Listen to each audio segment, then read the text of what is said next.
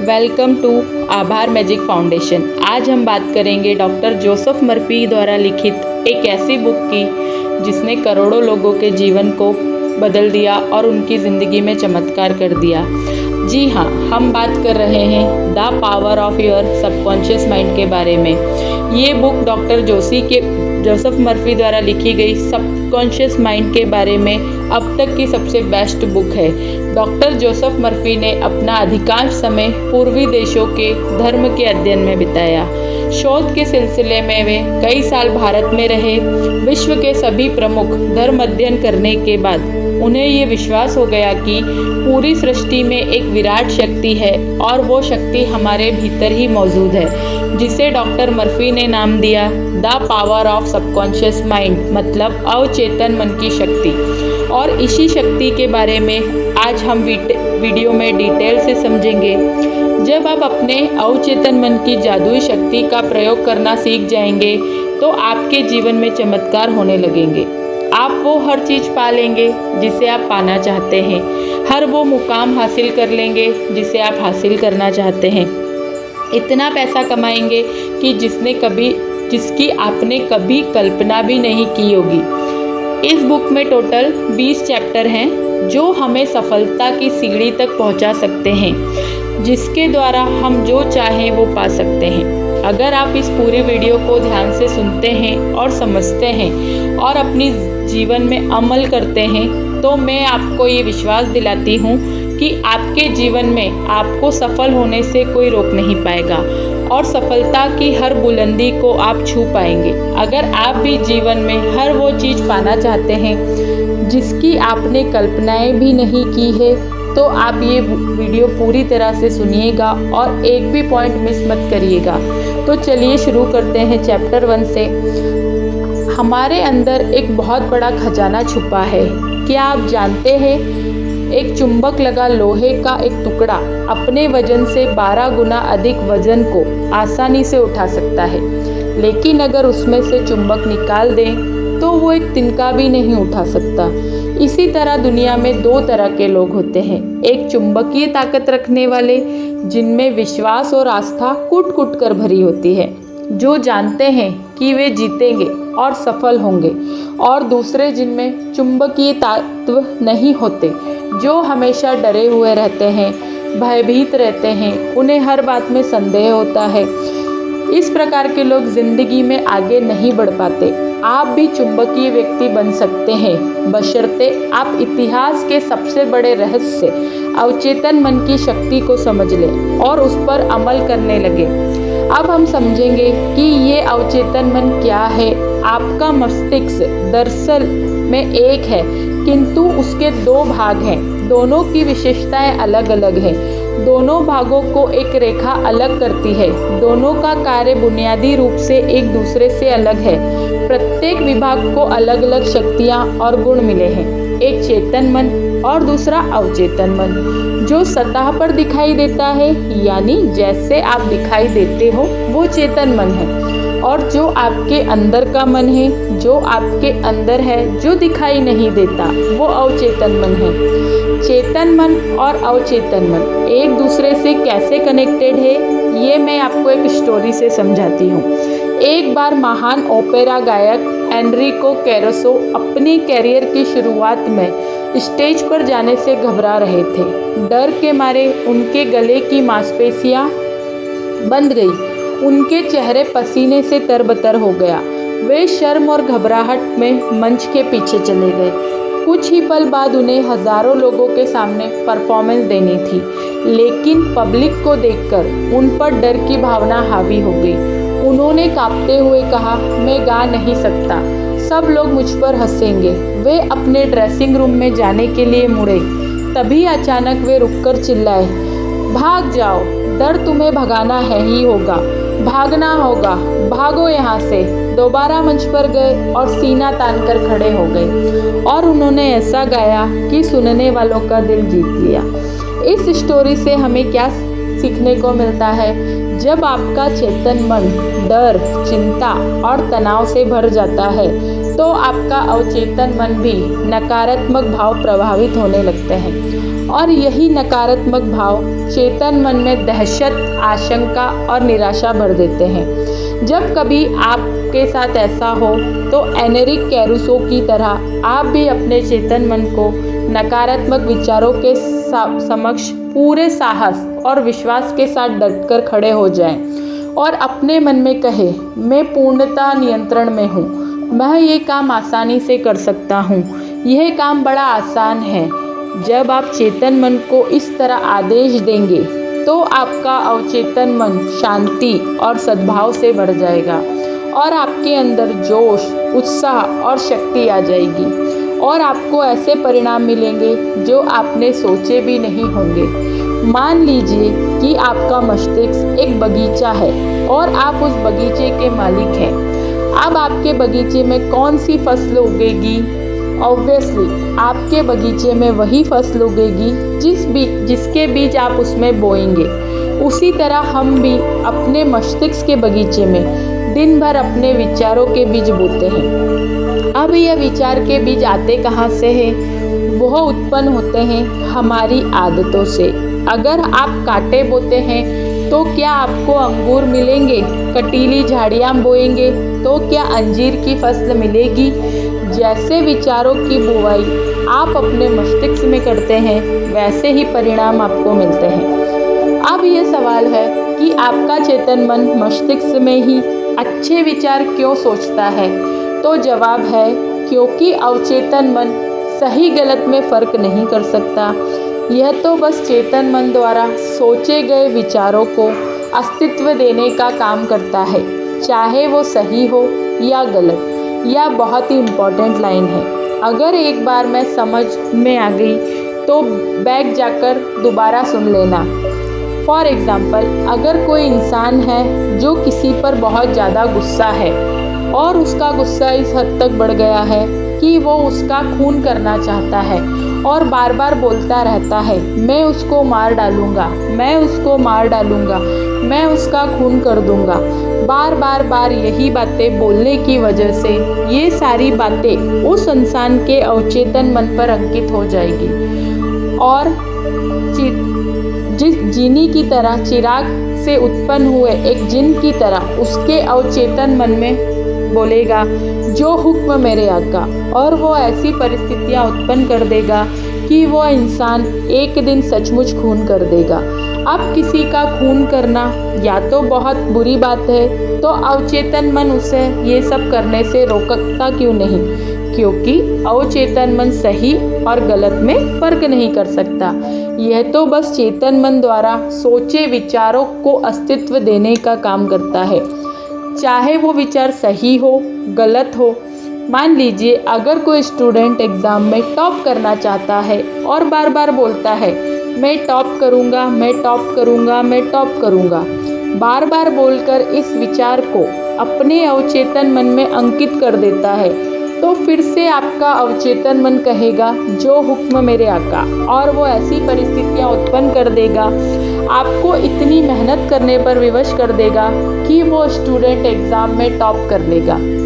यह अवचेतन मन हर उस चीज़ को हकीकत में ला सकता है जो आप हासिल करना चाहते हैं। इसीलिए अपने मस्तिष्क में आने वाले प्रत्येक विचार को महत्व दें। सिर्फ ऐसे विचारों को ही अपने मस्तिष्क में जगह दें जिनसे आपको ताकत और शक्ति मिलती है। जो हमारे मस्तिष्क को कमज़ोर करे, ऐसे नकारात्मक विचारों को मस्तिष्क में घुसने ही ना दें। चैप्टर 2, आपका अपना मस्तिष्क कैसे काम करता है। चेतन मन एक जहाज के कैप्टन की तरह होता है। वो सिर्फ इस नीचे इंजन रूम में बैठे कर्मचारियों को आदेश देता है, जो सभी बॉयलर मशीन यंत्रों को उसके आदेशों के अनुकूल चलाते हैं। मशीन रूम में काम कर रहे कर्मचारियों को यह पता नहीं होता कि वे कहाँ तथा किस ओर जा रहे हैं। वे केवल आदेशों का पालन करते हैं। कैप्टन अपने कंपास और अन्य यंत्रों के आधार पर यदि गलत या अधूरा आदेश भी देता है तो भी वे उस आदेश को बिना सवाल करे मान लेते हैं, भले ही वो पहाड़ से टकरा क्यों ना जाए, क्योंकि उनका काम सिर्फ ऑर्डर फॉलो करना है। एम्प्लॉयज़ कैप्टन से सवाल नहीं कर सकते, वे केवल आदेश का पालन करते हैं।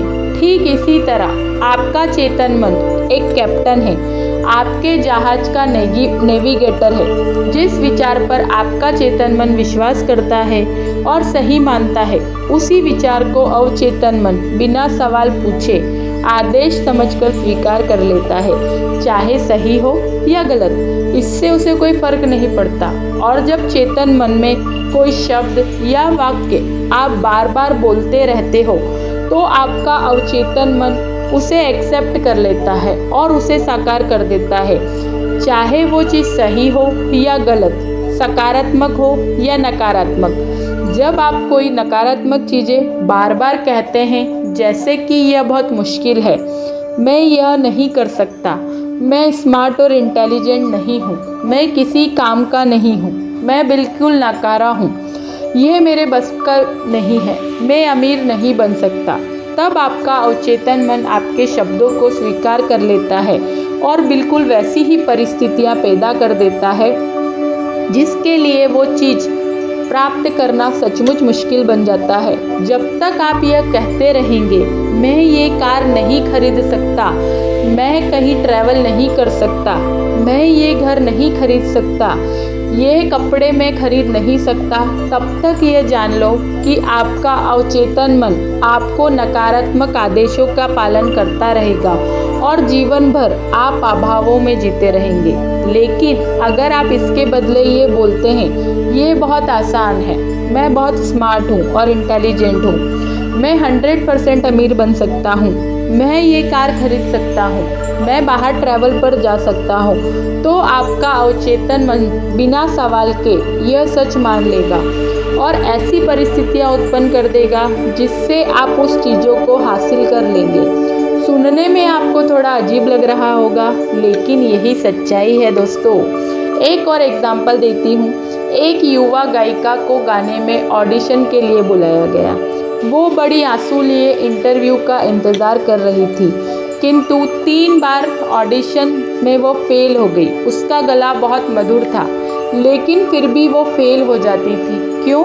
क्योंकि हमेशा इंटरव्यू के पहले वो हर बार अपने से कहती रही, वो लोग मुझे पसंद नहीं करेंगे, मेरी आवाज़ उन्हें पसंद नहीं आएगी, मुझे बहुत डर लग रहा है, शायद मेरा सिलेक्शन नहीं होगा। उसके अवचेतन मन ने उसकी नकारात्मक बातों को स्वीकार कर लिया और उसके सामने उनको अनुभव के रूप में पेश कर दिया। वो असफल हो गई। उसने अपने भय को इस प्रकार काबू किया कि दिन में 3 बार वो एक कमरे में गई। आराम कुर्सी पर बैठकर उसने अपने शरीर को रिलैक्स कर दिया। आंखें बंद करके उसने अपने मन व शरीर को शांत किया। उसने अपने भय को दूर करने के लिए स्वयं से कहना शुरू किया, मेरी आवाज़ बहुत सुरीली है, मैं बहुत सुंदर गा सकती हूँ, मैं पूरी तरह से गाने के लिए तैयार हूँ, मैं गा और सुरीले स्वर में गा पाऊँगी और सिलेक्ट होकर दिखाऊँगी। उसने अपने शब्दों को शांत स्वर में बैठकर विश्वास के साथ फिर से दोहराया। इसके बाद वो रोज़ाना दिन में 3 बार अभ्यास करती रही। प्रत्येक सेटिंग में वो 5 से 10 बार यही दोहराती। महीने और तक वो पूरे जोश और विश्वास के साथ तैयार हो गई। जब उसे फिर से ऑडिशन के लिए बुलाया गया तो उसे बहुत ही सुरीली आवाज़ में गाना गया। उसका सिलेक्शन कर लिया गया। अगर आप भी कभी जीवन में ऐसी परिस्थिति का सामना करते हैं तो इस टेक्निक का इस्तेमाल करके आप 100% सफल हो जाएंगे। चैप्टर 3, आपके अवचेतन मन की चमत्कारिक शक्तियाँ। अमेरिकी मनोवैज्ञानिक विलियम जेम्स ने कहा कि दुनिया को हिलाने की शक्ति आपके अवचेतन मन में है। जो कुछ अवचेतन मन पर आप अंकित करते हैं, अवचेतन मन उसे पूरा करने के लिए जमीन आसमान एक कर देता है।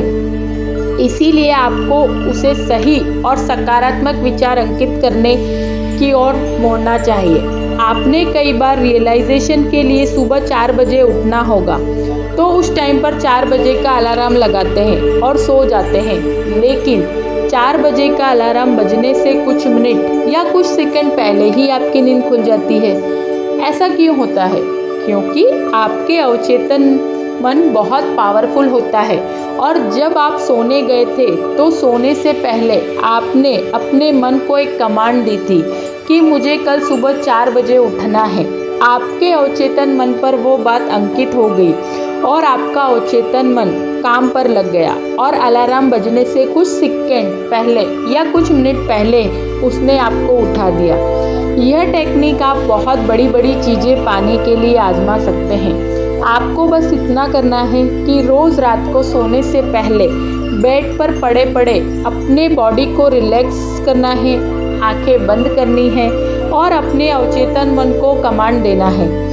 ये वो कमांड हो सकती है जो आप चाहते हैं या फिर हासिल करना चाहते हैं। जैसे अगर आप अपने व्यवसाय में सफल होना चाहते हैं तो आप बोल सकते हैं, दिन रात में अपनी सभी रुचियों में समृद्ध हो रहा हूँ, मेरा बिजनेस डे बाय डे बहुत अच्छा चल रहा है, मेरे पास बहुत सारा पैसा आ रहा है, मैं अमीर बन रहा हूँ, दुनिया की सारी खुशियाँ मुझे मिल रही है, मैं पूर्ण हूँ, मैं शक्तिशाली हूँ, मैं प्रेम से भरा हुआ हूँ, मैं खुश हूँ। ऐसा आपको लगातार 21 डेज तक करना है और इसके बाद आपको इसकी आदत हो जाएगी और आप जानकर हैरान हो जाएंगे कि आपके जीवन में ऐसे चमत्कार होने लगेंगे जिसकी आपने कल्पना भी नहीं की होगी।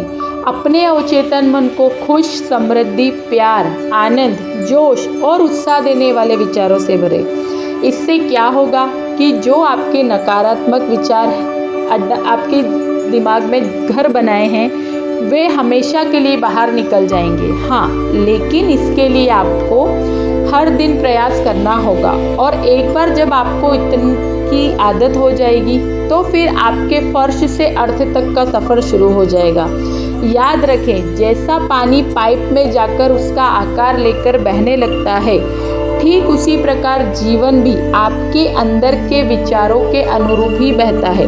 चैप्टर 4, मानसिक उपचार। प्राचीन समय में जब आज की तरह बड़े बड़े हॉस्पिटल नहीं थे, तब भी लोगों की बीमारियों का इलाज किया जाता था और लोग अपनी बीमारियों से ठीक हो जाते थे। उस समय मनुष्यों को बीमारी से ठीक करने का ज्ञान और धर्मगुरुओं तक ही सीमित था। लोग विश्वास करते थे कि ईश्वर ने उन्हें कुछ विशेष शक्तियाँ दी हैं जिनके द्वारा वे उपचार कर सकते हैं। ये धर्मगुरु इलाज करने के लिए मंत्रों के ताबीज़ की अंगूठियाँ या ऐसे चिन्हों का प्रयोग करते थे। जब कोई बीमार हो जाता तो वे धर्मगुरु के पास ले जाया जाता और वे मंत्रों और ताबीज़ों के सहारे उनका इलाज कर देते थे। रोगी ठीक भी हो जाता था।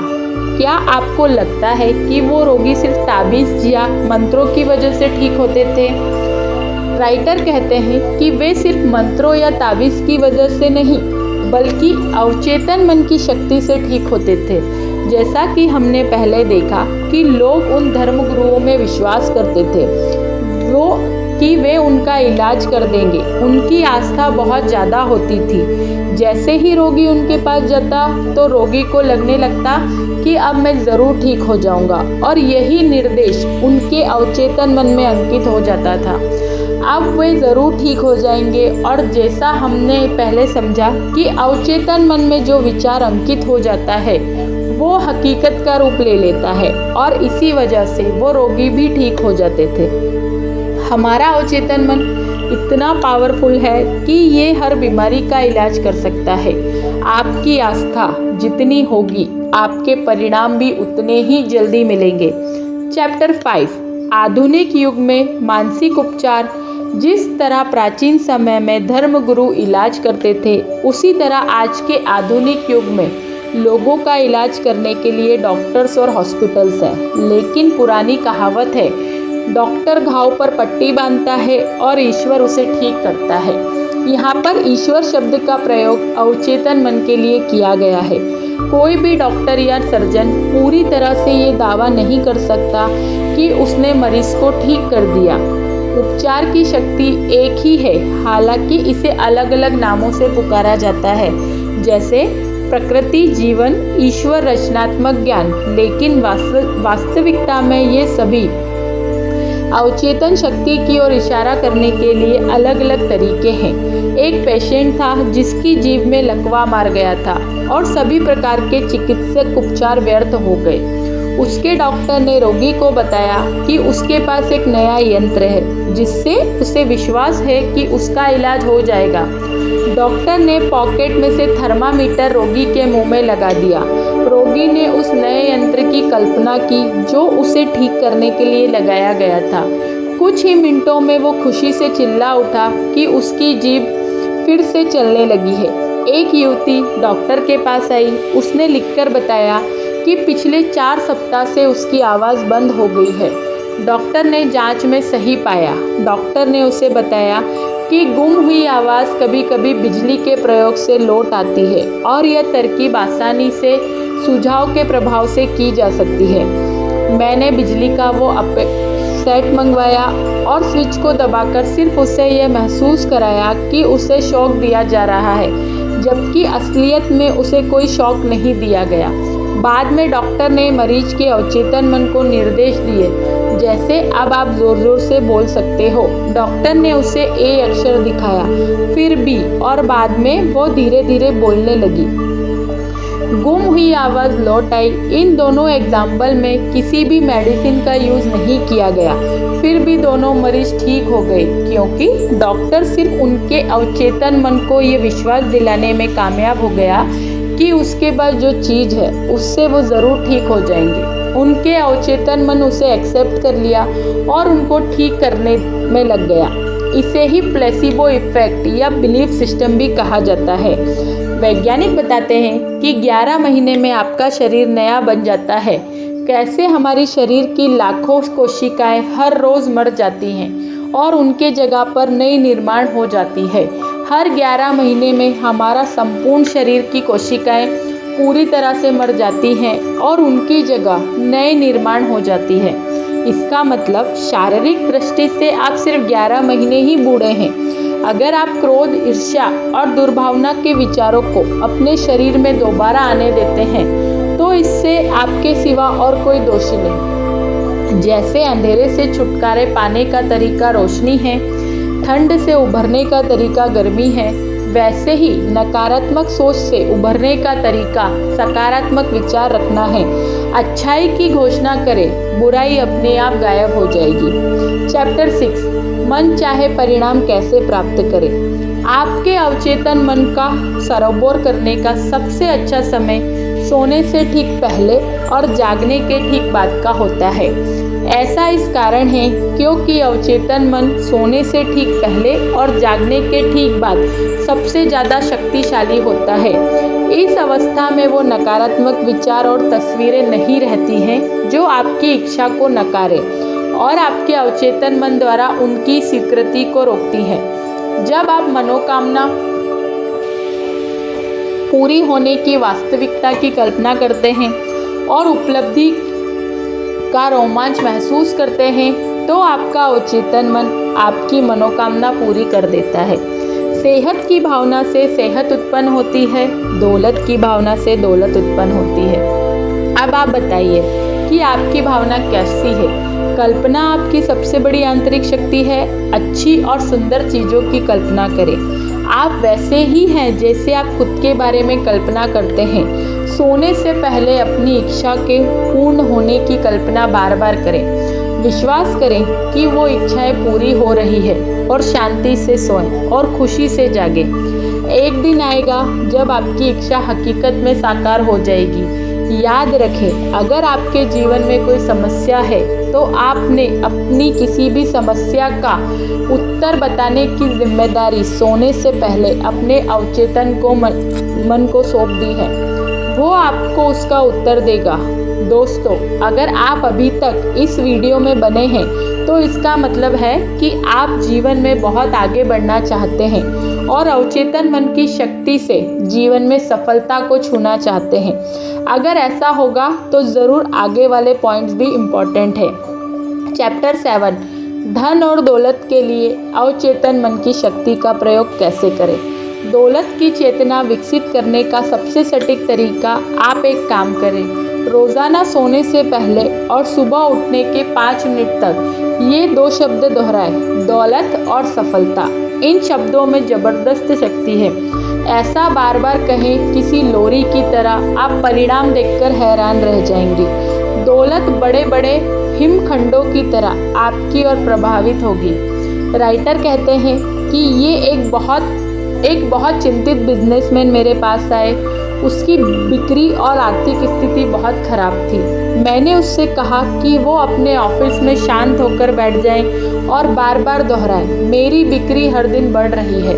और इसी कथन को रात को सोने से पहले और सुबह उठने के बाद दोहराए। इस कथन के कारण उसके चेतन मन और अवचेतन मन मिलकर काम करने लगे। कुछ ही हफ्तों के अंदर उसे अच्छे परिणाम मिले। आप भी यही काम अपने लिए कर सकते हैं। कुछ लोग कहते हैं मैंने ये किया था लेकिन कुछ नहीं हुआ। उनको परिणाम इसलिए नहीं मिले क्योंकि शायद 10 मिनट बाद ही वे डर के विचार में डूब गए थे और उन्होंने उस अच्छे विचार को नकार दिया था जिसकी उन्होंने घोषणा की थी। जब आप सुबह ज़मीन पर कोई बीज बोते हैं और दोपहर तक अगर वो पौधा नहीं बन जाता तो क्या आप उसी दिन ज़मीन खोदकर उस बीज को बाहर निकाल लेते हैं? आप उसे बढ़ने के लिए समय देते हैं, उसकी जड़ मजबूत होने के लिए समय देते हैं और उसे बढ़ने का मौका देते हैं। इसी तरह जब आप अपने अवचेतन मन को कोई सुझाव देते हैं तो कई बार आपको तुरंत परिणाम नहीं मिलते हैं। तो आपका उस विचार को अपने अवचेतन मन में अंकित होने के लिए समय देना चाहिए। उस विचार को जड़ें जमाने और बढ़ने का मौका देना चाहिए। जिस वक्त दौलत का विचार आपके अवचेतन मन में अपनी जड़ें जमा लेगा तो आपको इतनी दौलत मिलेगी जितने आपने कभी सोची भी नहीं होगी। चैप्टर 8, अमेरिकी शाही राह पर कैसे चले। यह एक आसान तकनीक है जिसका प्रयोग आप अपने जीवन में धन को कई गुना करने के लिए कर सकते हैं। एक शांत रूप में चले जाएं, आराम से बैठें, अपनी बॉडी को रिलैक्स करें और दिन में कई बार ये शब्द दोहराएं, मुझे धन पसंद है, मैं इससे प्रेम करता हूँ, मैं इसका समझदारी से, सृजनात्मक तरीके से और न्यायपूर्ण तरीके से प्रयोग करता हूँ। मेरे जीवन में धन का लगातार प्रवाह हो रहा है, मैं खुशी से इसे मुक्त करता हूँ और यह अद्भुत तरीकों से कई गुना होकर मेरे पास लौटता है। ये अच्छा है, बहुत अच्छा है। धन बहुत बड़ी मात्रा में मेरी तरफ प्रभावित हो रहा है।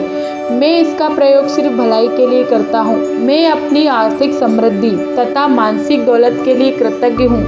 तंगी में दिन गुजारने का असली कारण आपने कई लोगों को देखा होगा।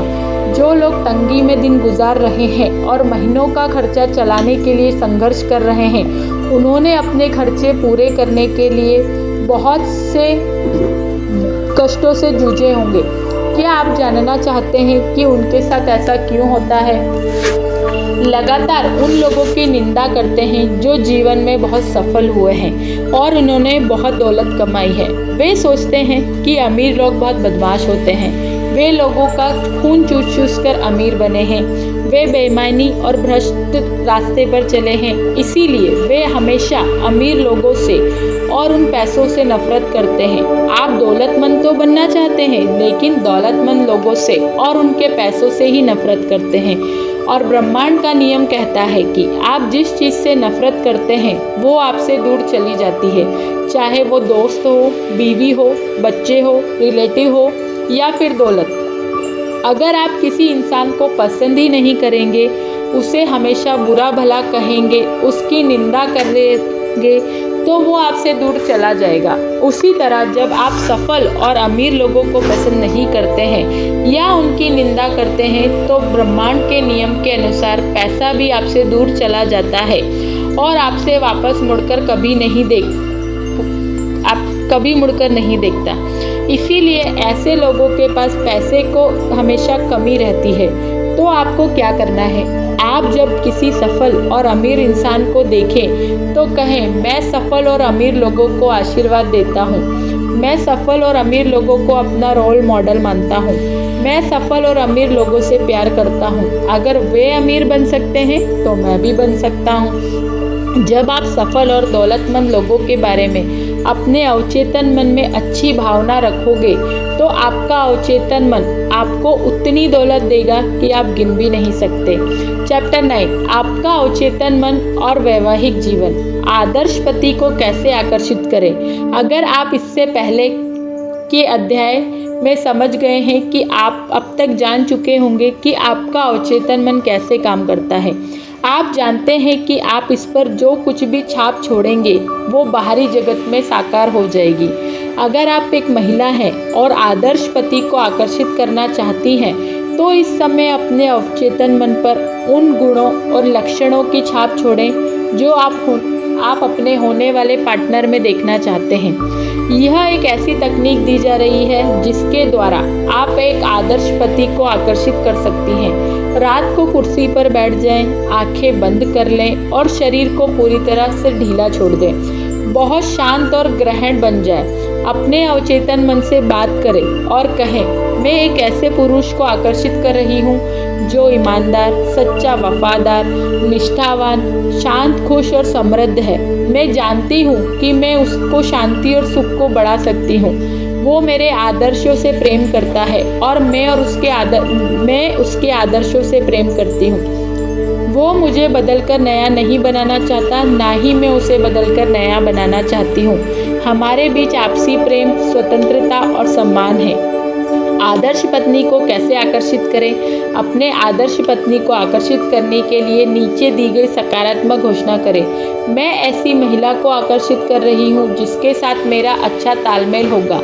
ये महिला ऐसी है जिसके साथ मेरी जोड़ी आदर्श रहेगी। वो आध्यात्मिक, निष्ठावान, वफादार और ईमानदार है, सामंजस्यपूर्ण, शांत और खुश मिजाज है। हम एक दूसरे की तरफ प्रबलता से आकर्षित हो रहे हैं। मैं जानता हूँ कि इस महिला को प्रेम, प्रकाश, शांति और खुशी दे सकता हूँ।